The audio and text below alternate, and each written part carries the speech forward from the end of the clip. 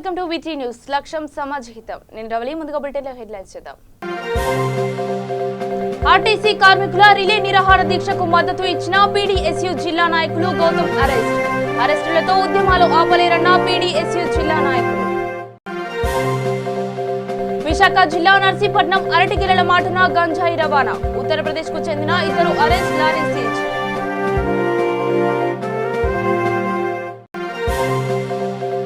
RTC కార్మికుల బంద్ కు పిలుపునిచ్చిన CPI party జిల్లా కమిటీ. ముందస్తు చర్యగా జిల్లా కార్యదర్శి సయ్యద్ అజరుద్దీన్ ను హౌస్ అరెస్ట్ చేసిన పోలీసులు. తూర్పు గోదావరి జిల్లాలో విరచిమ్ముతున్న ఆధ్యాత్మిక శోభ. కార్తీక మాసం కావడంతో భక్తులతో కిటకిటలాడిన శైవ క్షేత్రాలు. ఇక వివరాల్లోకి వెళితే నిజామాబాద్ జిల్లా బోధన్ పట్టణంలో ఆర్టీసీ కార్మికులు రిలే నిరాహార దీక్షలో భాగంగా ఆర్టీసీ కార్మికులకు మద్దతు ఇచ్చిన పీడీఎస్యూ జిల్లా నాయకులు గౌతమ్ ను పోలీసులు అరెస్ట్ చేశారు. మరికొంతమంది రెంజల్ ఎడ్లపల్లి పోలీస్ స్టేషన్ కు తరలించారు. ఈ సందర్భంగా వారు మాట్లాడుతూ అరెస్టులతో ఉద్యమాలు ఆపలేరని అన్నారు. ఇప్పటికైనా సీఎం కేసీఆర్ కార్మికుల డిమాండ్లు పరిష్కరించాలని అన్నారు. లేని పక్షంలో ఉద్యమాన్ని ఉధృతం చేస్తామని హెచ్చరించారు. 33వ రోజు సమ్మెలో భాగంగా మేము మా యొక్క కార్యాచరణ కోసము టెంట్ దగ్గరికి వస్తూ ఉంటే డిపో దగ్గరికి కూడా కాదు, మేము అంబేద్కర్ చౌరస్తాలో దీక్షల కోసం వస్తూ ఉంటే మాకు రోడ్డు మీదనే అరెస్ట్ చేసి పోలీసులు పోలీస్ స్టేషన్కు తీసుకెళ్ళడం జరిగింది. ఒక్కొక్కరికి ఎడపల్లి పోలీస్ స్టేషను, రేంజర్ల పోలీస్ స్టేషన్ ఎక్కడెక్కడో తీసుకెళ్లారు. ఎవరికి గెలవనీయకుండా మా సమ్మెను విచ్ఛిన్నం చేయడానికి పోలీసులు నానా ప్రయత్నాలు చేస్తున్నారు. అయినా సరే మేము ఈ సమ్మెను ఎట్టి పరిస్థితుల్లో వెనుకకి తీసుకోము. మా సమస్యలు పరిష్కరించే వరకు మేము సమ్మె చేసి తీరుతాము. ఈ మొండి వైఖరి అయినటువంటి సీఎం గారికి మా తలకాయందు చూపెడతాము. మా సమస్యలు పరిష్కరించే వరకు ఈ సీఎం చర్చలకు పిలవాలని, చర్చల ద్వారానే ఈ సమస్యను పరిష్కరించి మా యొక్క సమ్మెను విరమింపజేయాలని ఈ సీఎం గారికి కోరుతున్నాను.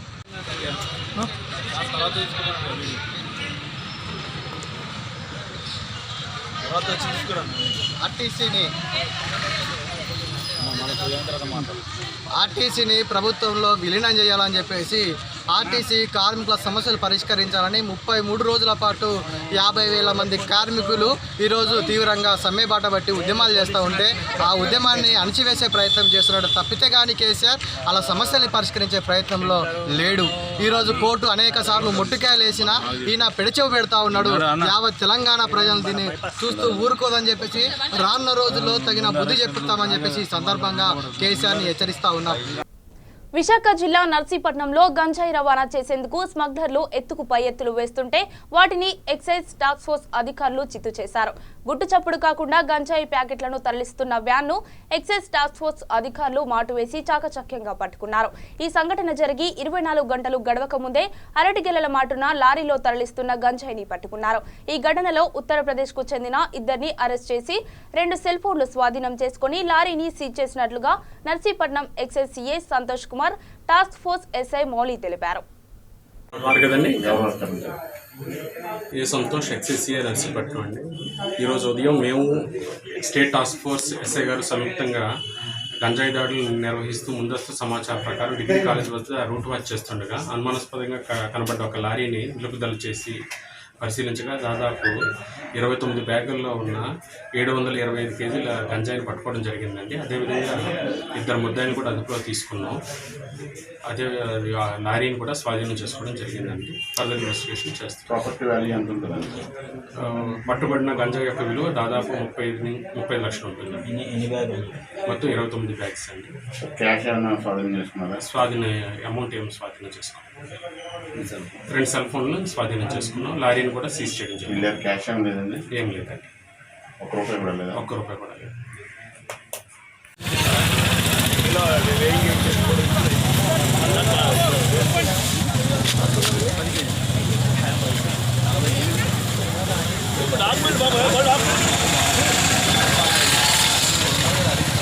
అయిపోయి చాలా రోజులు అవుతుంది కదా స్వామి, రేపే అన్నారు స్వామి. నీకే స్వామి చెప్పేది, నాకే స్వామి. కాదు.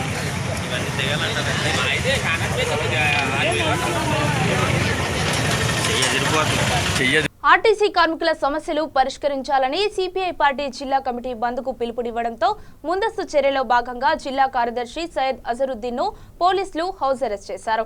బంద్కు సంబంధించి జహీరాబాద్ పట్టణంలోని ఆయన నివాసంలో పోలీసులు హౌస్ అరెస్ట్ చేశారు.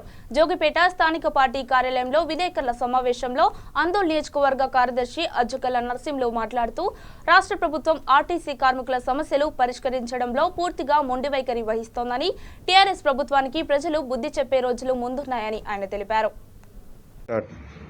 ఆర్టీసీ కార్మికుల సమ్మె చేయబట్టి ఈ రోజుకి 32 రోజులు పూర్తి అవుతున్నా ఆర్టీసీ కార్మికుల సమస్యలు పరిష్కరించడంలో ప్రభుత్వం పూర్తిగా నిర్లక్ష్యం వహిస్తుందని చెప్పి ఈరోజు సిపిఐ పార్టీ ప్రభుత్వానికి హెచ్చరిక జారీ చేస్తున్నాం. అయితే ఇదే విషయం పైన ఆర్టీసీ కార్మికుల సమస్యలు పరిష్కరించాలని చెప్పి సిపిఐ పార్టీ ఈరోజు బంధు కార్యక్రమానికి పిలుపునిచ్చితే, అదేవిధంగా రాత్రి అంటే మన పొద్దున 4 గంటల సమయంలో జిల్లా సెక్రటరీ గారిని హౌస్ అరెస్ట్ చేయడం జరిగింది. దీనికి మేము సిపిఐ పార్టీగా ఖండిస్తున్నాం. అంటే మనకు రాజ్యాంగం రాసిన డాక్టర్ బిఆర్ అంబేద్కర్ పోరాడితేనే ఫలితాలు దక్కుతాయని చెప్పిన మన బుక్కులలో ఇప్పుడు చదువుకుంటాం. ఎంతోమంది ఆ రోజు కూడా తెలంగాణ గురించి కూడా మనం ఎంతో పోరాడి తెలంగాణ సాధించుకున్నాం. అంటే పోరాడానికి ఛాస లేకుండా చేస్తున్న ఈ టీఆర్ఎస్ ప్రభుత్వం, అంటే అప్పుడు తెలంగాణ విషయంలో టీఆర్ఎస్ ప్రభుత్వం పోరాడడానికి అవకాశం ముందుకుండి ఆ రోజు ఆర్టీసీ కార్మికులు చాలా మంచి మేధావులు, వాళ్ళు బంద్లో మంచి పాల్గొంటున్నారని చెప్పి ఆర్టీసీ కార్మికులను మెచ్చుకున్న కేసీఆర్ ఇప్పుడు ఆర్టీసీ కార్మికుల సమస్యను పరిష్కరించడంలోనే పూర్తిగా నిర్లక్ష్యం ఎందుకు వహిస్తున్నారు అనేది మా తరపున మేము ఆవేదన వ్యక్తం చేస్తున్నాం. ఆర్టీసీ కార్మికుల సమస్యల పరిష్కారం గురించే ఈరోజు మేము ఈ కార్యక్రమాన్ని పెట్టుకుంటే హౌస్ అరెస్ట్ చేయడం, ఇలాంటి కార్యక్రమాలు చేయడం, అంటే కార్యక్రమాలు చేసే వాళ్ళను హౌస్ అరెస్ట్ చేయడం, నిరసన తెలిపితే నిరసన తెలిపనివ్వరు. ఇది మనకు భారతదేశంలోనే ఇది పూర్తిగా నిర్లక్ష్యంగా వహిస్తుంది. అంటే తెలంగాణ రాష్ట్రం ఏర్పడ్డ నుంచి ధర్నాలు లేవు, రాసరోకలు లేవు, ఎలాంటి చేసినా పర్మిషన్లు కావాలి. ఇలాంటి సమస్యలు ఎదుర్కొంటున్నాం. అంటే ఈరోజు ప్రజల పక్షాన ప్రజల సమస్యలపైన పోరాడడానికి హక్కు మనకు రాజ్యాంగంలో ఉంది. అలాంటి హక్కునే కాల రాస్తున్నారు. అంటే ఈరోజు చూసుకున్నట్టయితే పోరాడడానికి అవకాశం లేని పరిస్థితి. అందుకే ఈరోజు ప్రభుత్వం నిర్ణయం తీసుకోవాల్సిన బాధ్యత ఏంటంటే కార్మికుల సమస్యలు పరిష్కరించాలి, ఆర్టీసీ కార్మికులను ప్రభుత్వ ఉద్యోగులు గుర్తించాలి, ప్రభుత్వంలో విలీనం చేయాలి, వారి సమస్యలు న్యాయపరమైన డిమాండ్లను పరిష్కరించాలి. అదేవిధంగా హౌస్ అరెస్ట్ చేసిన మా నాయకుని జిల్లా సెక్రటరీని జలాల్దీన్ గారిని వెంటనే రిలీజ్ చేయాలని చెప్పి ఈరోజు సిపిఐ పార్టీ మేము ప్రభుత్వానికి కోరుతున్నాం. ఈ సమస్యలను రాష్ట్ర ప్రభుత్వము వెంటనే ఆర్టీసీ కార్మికులను న్యాయపరమైన డిమాండ్లను వెంటనే చర్చించాలి. చర్చలు పిలవండి, చర్చించండి, వారి సమస్యలను పరిష్కరించండి. వారు చర్చలకు రానికి సిద్ధంగా ఉన్నారు కార్మికులు. మీరు కార్మికులను పిలవకపోవడం పూర్తిగా నిర్లక్ష్యము. అంటే నాయకులపై దొబ్బడం, ఇది కార్మిక సంఘాలు చేస్తున్న ఆవేదనలు, కార్మిక సంఘాలు వాళ్ళని ఆర్టీసీ కార్మికులను రెచ్చగొడుతున్నారని చెప్తున్నారు. కానీ తప్పు. వారి ఆవేదనలోనే వారికి మద్దతుగానే మీ కార్మిక సంఘాలు కానీ ప్రతిపక్షాలు కానీ అన్ని పార్టీలు కూడా ఈరోజు మద్దతు ఇస్తున్నాయి. అలాంటప్పుడు ఎందుకు ఇవి అదే కేంద్ర ప్రభుత్వంకు సంబంధించిన బీజేపీ పార్టీ కూడా కార్మికులకు మద్దతు ఇస్తుంది, అంటే ఆర్టీసీ కార్మికులకు. అంటే కేంద్ర ప్రభుత్వం కూడా ఆర్టీసీలకు మద్దతు ఇచ్చినప్పుడు రాష్ట్ర ప్రభుత్వం ఆర్టీసీ కార్మికుల సమస్యలు పరిష్కరించడంలో పూర్తిగా విప్లవం ఎందుకు అయిపోతుంది అనేది ఈరోజు మేము సిపిఐ పార్టీ మేము హెచ్చరిక జారీ చేస్తున్నాం. వెంటనే కార్మికుల సమస్యలను పరిష్కరించాలి, రాష్ట్ర ప్రభుత్వం పూర్తి బాధ్యత వహించాలి, వారికి ప్రభుత్వ ఉద్యోగులు గుర్తించాలి, వారిని ప్రభుత్వంలో విలీనం చేయాలి అని చెప్పి ఈరోజు మేము మా ద్వారా తెలియజేస్తున్నాం. అదేవిధంగా రాష్ట్రంలో చూసుకున్నట్టయితే ఇప్పటికే ఆర్టీసీ వల్ల లాభాలు చాలా ఉన్నాయి. అదే రోడ్ ట్యాక్స్ కూడా ఆర్టీసీతోనే లాభం ఉంది. రోడ్ ట్యాక్స్ 850 రూపాయలు, 850 కోట్ల రూపాయలు రోడ్ ట్యాక్స్ పడుతుంది. ఆ రోడ్ ట్యాక్స్ కూడా మన ప్రభుత్వాన్ని మేము చెల్లిస్తున్నాం. అదే 1400 రోడ్ ట్యాక్స్ కేంద్రానికి, 1400 రోడ్ ట్యాక్స్ రాష్ట్రానికి. అంటే ఇది ఆర్టీసీ వల్ల. అదే డీజిల్ ధర మన రాష్ట్రానికి డీజిల్కి అంటే 40 రూపాయలు చొప్పున పడితే అది కూడా ప్రభుత్వం భరించుకోవాలి. కానీ ఈరోజు ప్రభుత్వం భరించుకోకపోవడం పూర్తిగా, అంటే లావాదేవీలను అమలు చేయకపోవడం, ప్రభుత్వం లావాదేవీలను అవి ఆలోచించకుండా ఈ ఆర్టీసీ నష్టం ఉందని చెప్తున్నది. కానీ ఆర్టీసీ నుంచి ఎంత లావాదేవీలు వస్తున్నాయనేది చెప్పడం లేదు. ఈరోజు ఆర్టీసీ వల్ల చాలా లావాదేవీలు వచ్చినాయి. ఇప్పుడు ఇంకోటి మన తెలంగాణ రాష్ట్రంలో ఉమ్మడి రాష్ట్రం ఉన్నప్పుడు కూడా ఆర్టీసీ చరిత్రలో ఆర్టీసీ మన నంబర్ 1 ఆర్టీసీ. అలాంటి నంబర్ 1 ఆర్టీసీనే ఈరోజు ఆర్టీసీని పూర్తిగా లేకుండా చేస్తాను, ప్రైవేట్ కారణంలో చేస్తానని చెప్పడము ఇది ఎంత నిర్లక్ష్యం అంటే పూర్తిగా నిర్లక్ష్యమే. ఈరోజు 50,000 కుటుంబాలు రేపు రోడ్డున పడతాయి ప్రైవేటీకరణ చేస్తే. కాబట్టి ప్రైవేటీకరణ చేయడం మంచిది కాదు.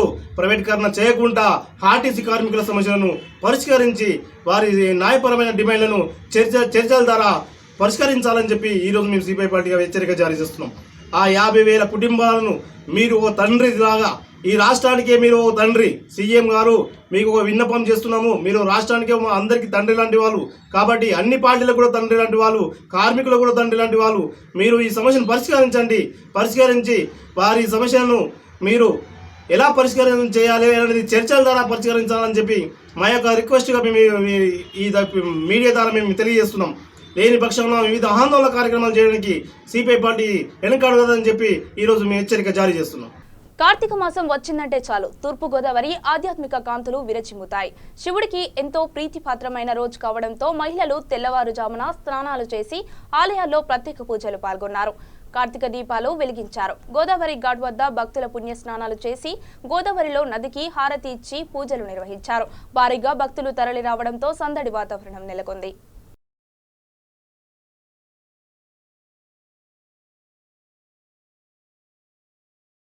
దిల్సుఖ్ నగర్ నుంచి హయత్ నగర్ డిపో 2 వైపు వెళుతున్న బస్సులలో అడుగు పెట్టేందుకు వీలులేక విద్యార్థులు బంపర్ పై నిలబడి ప్రయాణిస్తున్నారు. కాలేజీలకు వెళ్లేందుకు బస్ పాసే మార్గం కావడంతో మరో బస్సు వస్తుందో రాదో అనే ఆందోళనలో ఈ దుస్సాహసానికి వడిగడుతున్నారు.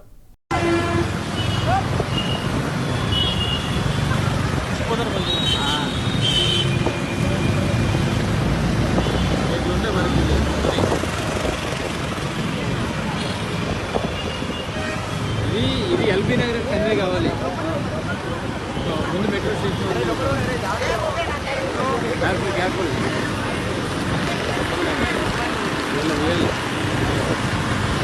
వికారాబాద్ జిల్లా తాండూరులో ఎన్ఎస్యుఐ కాంగ్రెస్ యూత్ నాయకులు మీడియా సమావేశం నిర్వహించారు. ఈ సమావేశంలో విజయరెడ్డి మృతి పట్ల తీవ్ర దిగ్భ్రాంతి వ్యక్తం చేశారు.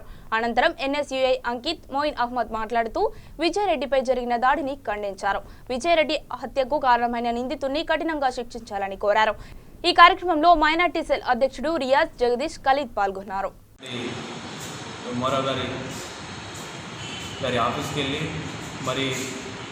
ఒక దుర్మార్గుడు, అత్యంత నీచమైన వ్యక్తిగా ఈరోజు రాష్ట్రంలో దరిద్రుడు.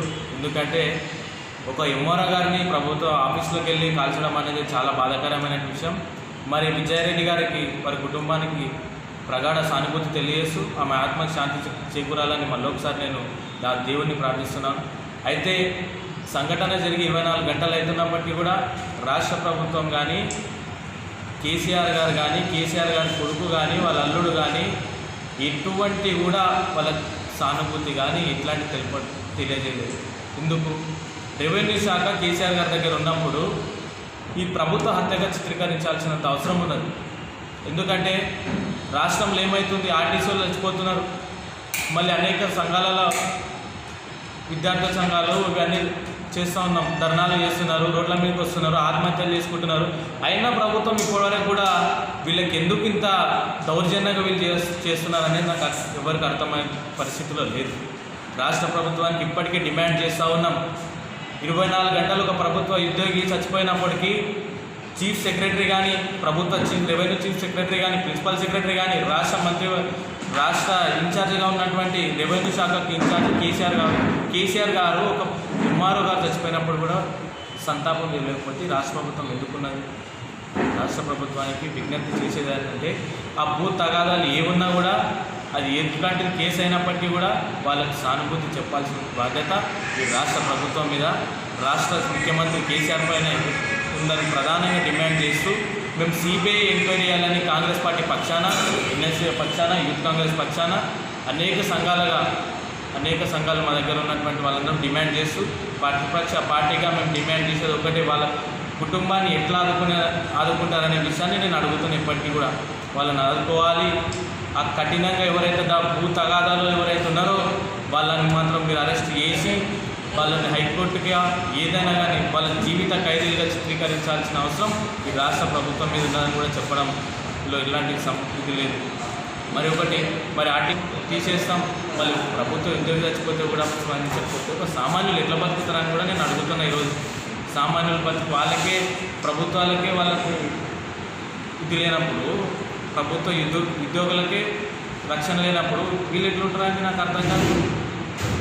ఇవన్నీ కూడా ప్రధాన ప్రతిపక్ష పార్టీగా మేము ఇవన్నీ తీసుకొని మేము సిబిఐ ఎంక్వైరీ చేయకపోతే మాత్రం ధర్నాలు చేస్తామని కూడా చెప్తుంటూ అవకాశం ఇచ్చిన వాళ్ళందరూ కూడా కృతజ్ఞతలు తెలియజేస్తుంది. ఘోరమైనది. ఆ ఘోరాన్ని కేసీఆర్ కానీ కేటీఆర్ తన కొడుకైన కేటీఆర్ కానీ ఎవరు దీనికి స్పందించలేరు. ఈ స్పందించకపోవడం ఎందుకు, ఏ కారణం వల్ల వాళ్ళు స్పందించలేకపోయారు, ఇది మాకు అర్థం కావట్లేదు. కాంగ్రెస్ పార్టీ తరఫున ఎన్ఎస్యుఎస్ మైనార్టీ తరఫున మేము దీనికి చాలా ఖండిస్తున్నాము. అలాగే విజయారెడ్డి గారి డ్రైవర్ అయిన గురునాథం గారు 6 ఏళ్ళగా ఆమెకు డ్రైవరీ చేసి ఆమె చనిపోయేటప్పుడు కాపాడడానికి పోయి 85% కాలిపోయి ఈరోజు ఉదయాన్నే అతను చనిపోయారు. వాళ్ళిద్దరి గురించి మేము 2 నిమిషాలు కంప్లైంట్ ఇవ్వడం జరిగింది. 40/40 రోడ్డు కట్ చేయాల్సి, రోడ్డు పెద్దగా చేయాల్సి ఉంటే కొంతమంది పని పాట లేకుండా ఏ పని లేని వారు దీనికి వచ్చి 35 ఒక్కొక్క 35 చేయాలి, వీటిలో ఒక్కొక్క 40 చేయాలని చెప్పి నిన్న గొడవ చేయడం జరిగింది. దీనికి చాలామంది సహకరించారు. వాళ్లకు టీఆర్ఎస్ దాంట్లోనే ఉన్నారు. వాళ్ళు పని పాట లేని వాళ్ళు, వాళ్ళకు కొంచెం దృష్టిలో తీసుకొని మాకు ఆర్టీఓ కమిషనర్ గారు ఈ పని మేము మా గురించి కాదు ప్రజల గురించి మేము వ్యక్తం చేస్తున్నాము. ప్రజల గురించి ఇది దగ్గరుండి మీరు స్వయంగా ఏ విధంగా జరగాలో రూల్స్ ప్రకారం చేయాలని కోరుతున్నాము. నారాయణపేట జిల్లా మరికల్ మండలం గ్రామ పంచాయతీ కార్యాలయంలో గ్రామ సర్పంచ్, వార్డు మెంబర్లు, అంగన్వాడీ టీచర్స్, ఫీల్డ్ అసిస్టెంట్, గ్రామ ప్రజలు కేసీఆర్ రైతుల గురించి ప్రత్యేకంగా ప్రవేశపెట్టిన వ్యవసాయానికి ఉపయోగపడే ఉపాధి హామీ పథకం వినియోగించాలని గ్రామ సభ ఏర్పాటు చేయడం జరిగింది. ఈ కార్యక్రమంలో గ్రామ సర్పంచ్ గోవర్ధన్, పంచాయతీ సెక్రటరీ, ఉప సర్పంచ్ శివ, వార్డు మెంబర్ రామకృష్ణారెడ్డి పాల్గొన్నారు.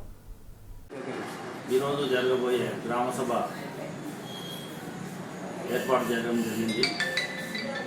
ఇది కేసీఆర్ ముఖ్యమంత్రి గారు ఖచ్చితంగా ఈ రైతుల గురించి గ్రామ సభ ఏర్పాటు చేయడం జరిగింది.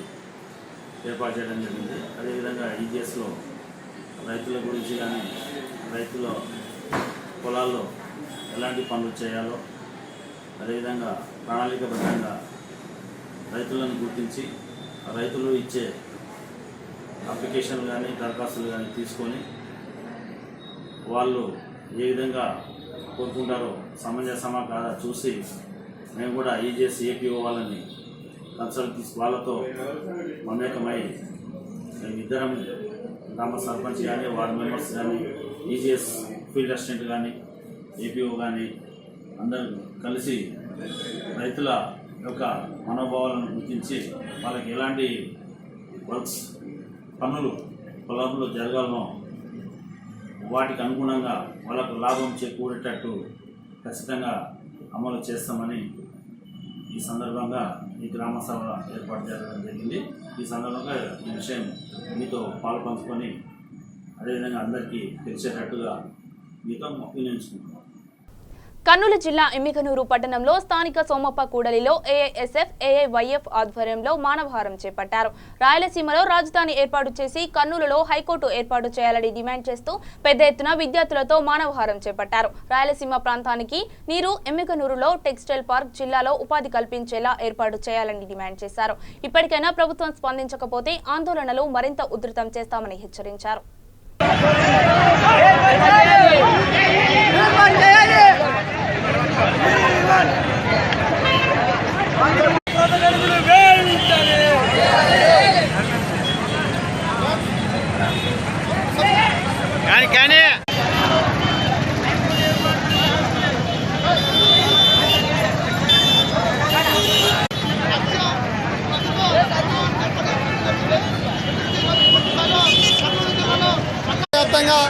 లక్ష సంతకాలు సేకరించి ఇవాళ ఈరోజు 1,00,000 మందితో జిల్లా వ్యాప్తంగా 19 నియోజకవర్గాలు 54 మండలాల్లో ఈరోజు ఏఐఎస్ఎఫ్ ఏవైఎఫ్ ఆధ్వర్యంలో పెద్ద ఎత్తున 1,00,000 మందితో మౌనాహారాన్ని ఏర్పాటు చేస్తున్నాం. ఎందుకంటే ఈ సందర్భంగా కర్నూలు జిల్లాకు సంబంధించి నీళ్లు, హైకోర్టు, పరిశ్రమలు ఏర్పాటు చేయాలి.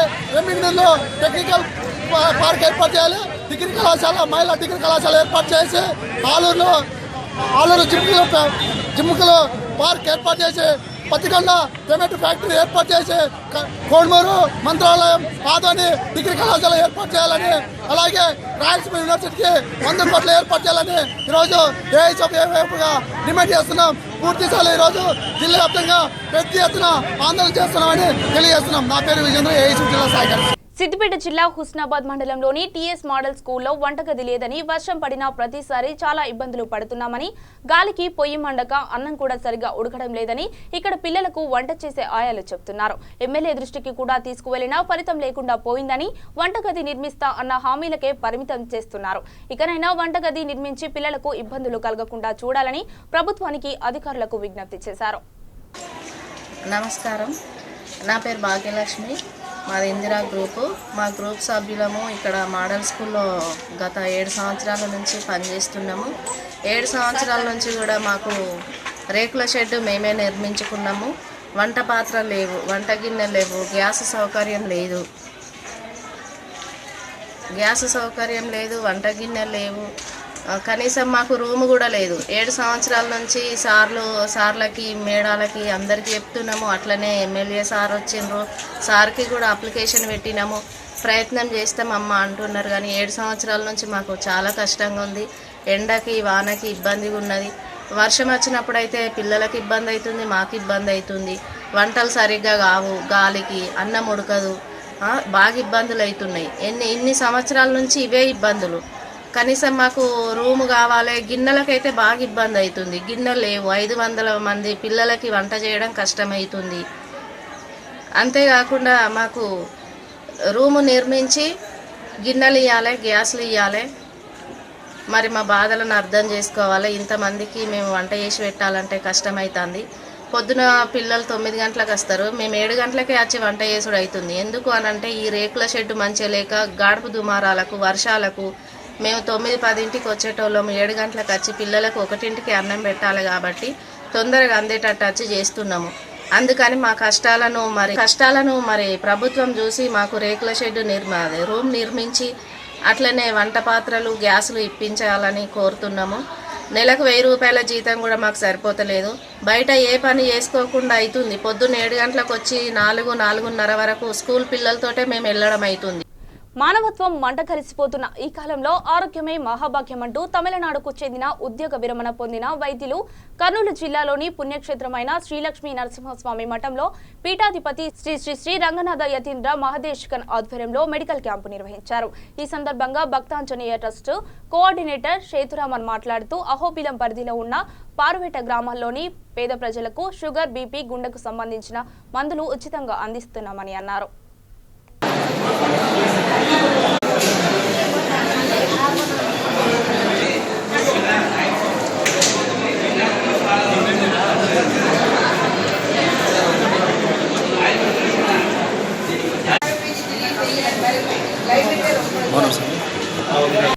నిజామాబాద్ జిల్లా బోధన్ పట్టణంలోని తహసీల్దార్ కార్యాలయం ఎదుట రెవెన్యూ సిబ్బంది తహసీల్దార్ విజయరెడ్డి హత్యకు నిరసనగా చేపట్టిన దీక్షకు సిఐటియు జిల్లా నాయకులు గంగాధర్ మద్దతు పలికారు. ఈ సందర్భంగా ఆయన మాట్లాడుతూ రాష్ట్ర ముఖ్యమంత్రి కేసీఆర్ అధికారుల పట్ల నిర్లక్ష్య ధోరణి అవలంబిస్తున్నారని మండిపడ్డారు. హత్య చేసిన నిందితుడిని కఠినంగా శిక్షించాలని, లేని పక్షంలో ఆందోళనలు ఉధృతం చేస్తామని ఆయన హెచ్చరించారు. గంగాధర్, సిఐటియు జిల్లా సహాయ కార్యదర్శి.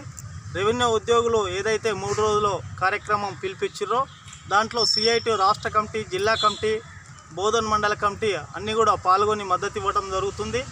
ఏదైతే విజయరెడ్డి గారిని హత్య చేయడం జరిగిందో, అట్లాగే వారి డ్రైవరు హత్యకు గురి కావడం జరిగిందో, వీరిద్దరికి కూడా రాష్ట్ర ప్రభుత్వం ఆదుకొని వారి కుటుంబాలకు ప్రభుత్వ గవర్నమెంట్ జాబునిస్తూ ఒక ఎంఆర్ఓ గారి కుటుంబానికి 1 కోటి రూపాయలు, డ్రైవర్ గారి కుటుంబానికి 50 లక్షలు నష్టపరిహారం చెల్లించి, అట్లాగే ఏదైతే హత్య చేసిరో సురేష్ గారిని కఠినంగా శిక్షించి చర్యలు తీసుకోవాలా. అట్లాగే ఈరోజు రాష్ట్ర ప్రభుత్వము తన ప్రభుత్వ ఉద్యోగస్తుల్ని ప్రజలలో దోషులుగా నిలబెడుతూ ప్రజల ముందట దోషులను చేస్తుంది. తన ప్రభుత్వము పాలన సరిగ్గా చేయకుండా అధికారులకు ప్రజలకు విలన్లుగా చూపెట్టి ఇట్లా దాడులు జరగడానికి స్వయంగా ముఖ్యమంత్రి కేసీఆర్ గారు వ్యాఖ్యలు, వారి తనయుడు కేటీఆర్ గారు వ్యాఖ్యలే ఈరోజు మనం చూస్తూ ఉన్నాం. అంటే ఒకవైపు ఎమ్మెల్యేలు, మంత్రులు, ఎంపీలు తన అనుచరులంతా అవినీతికి పాల్పడుతూ ఉద్యోగస్తుల్ని అవినీతి పరులని చెప్పడం చాలా సిగ్గుసేటు. ఇది సరి అయిన పద్ధతి కాదు. ఇప్పటికైనా తమ వైఖరి మార్చుకొని ఉద్యోగులకు, కార్మికులకు రక్షణ కల్పిస్తూ ప్రభుత్వం యొక్క పరిపాలన కొనసాగించాలని, లేని పక్షంలో కార్మిక ఉద్యోగులు ఐక్యమై ప్రభుత్వ మెడలు వంచుతున్నారని సిఐటిగా ప్రభుత్వాన్ని హెచ్చరిస్తుంది. యాదాద్రి భువనగిరి జిల్లా ఆర్టీసీ సమ్మెలో భాగంగా ఆల్ ట్రేడ్ యూనియన్స్ పిలుపు మేరకు రాష్ట్ర వ్యాప్తంగా అన్ని డిపోల ముందు శాంతియుత ధర్నా చేపట్టారు. యాదగిరిగుట్ట బస్ డిపో ముందు కార్మికులు బైఠాయించి బస్సులు బయటికి వెళ్లకుండా అడ్డుకున్నారు.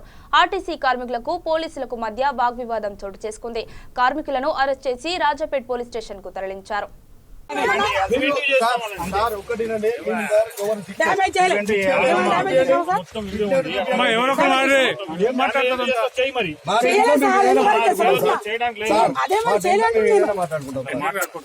వాళ్ళ దగ్గర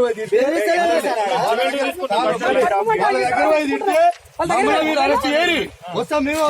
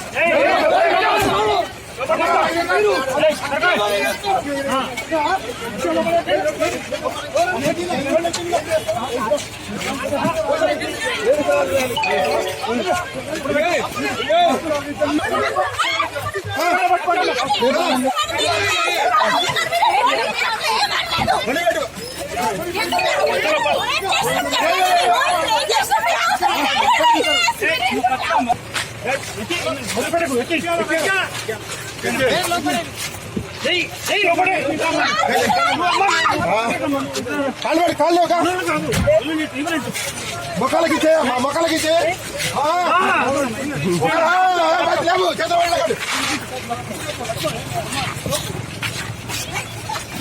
బులెటిన్లో హెడ్లైన్స్ మరొకసారి చూద్దాం.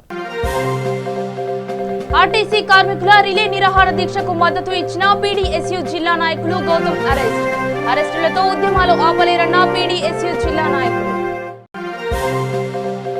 విశాఖ జిల్లా నర్సీపట్నం అరటిగిరల మాటున గంజాయి రవాణా. ఉత్తరప్రదేశ్ కు చెందిన ఇద్దరు అరెస్ట్, లారీ సీజ్.